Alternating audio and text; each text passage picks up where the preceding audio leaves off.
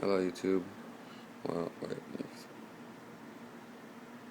well, anyways, I have a iPhone 3GS, as you can see.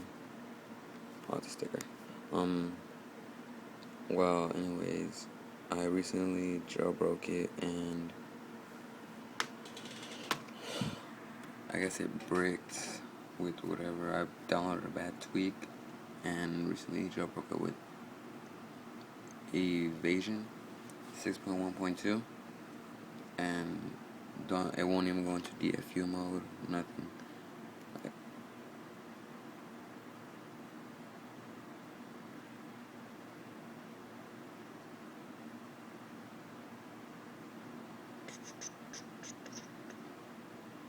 It won't do anything, as you can see. Holding that and that, and it'll just stay on the screen. I don't know what happened to it.